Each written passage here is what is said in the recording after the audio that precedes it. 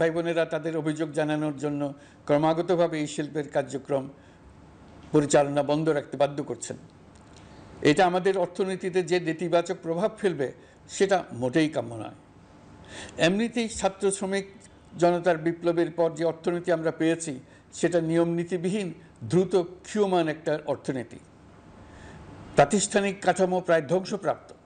বৈদেশিক মুদ্রার রিজার্ভ তলানিতে গিয়ে ঠেকেছে। আমরা এই অর্থনীতিতে প্রাণ সঞ্চারের চেষ্টা করছি, আমাদের উদ্যোগে সাড়াও পাচ্ছি। ঠিক এই সময়ে আমাদের শিল্প কারখানাগুলো বন্ধ হয়ে যাক, অকার্যকর হয়ে যাক, এটা আমাদের অর্থনীতিতে বিরাট আঘাত পড়বে। সেটা কিছুতেই আমাদের কাম্য হতে পারে না। শ্রমিক ভাই বোনদের অনেক দুঃখ আছে, কিন্তু সেই দুঃখ প্রকাশ করতে গিয়ে আপনাদের মূল জীবিকা বন্ধ হওয়ার উপক্রম হলে সেটা ঠিক হবে না।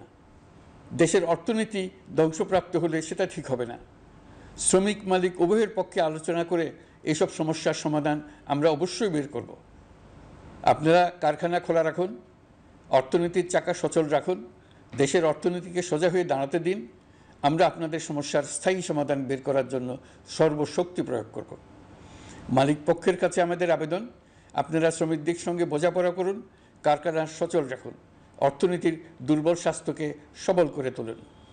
ঔষধ শিল্প এবং তৈরি পোশাক শিল্প দেশের গৌরব।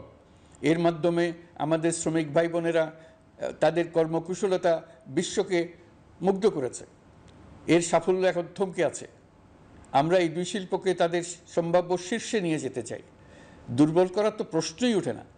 এই দুই শিল্পের কোথায় কোথায় বাধা আছে, সমস্যা আছে, সেগুলো চিহ্নিত করে তাকে বাধামুক্ত করতে চাই।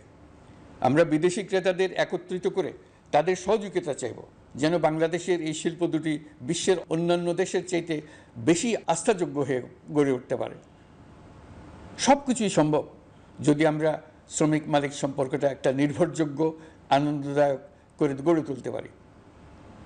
আমাদের সরকারের প্রথম মাস কাটল, দ্বিতীয় মাস থেকে আমরা নতুন বাংলাদেশ গড়ার ভিত্তি হিসেবে নতুন শ্রমিক মালিক সম্পর্কের সূচনা করতে চাই।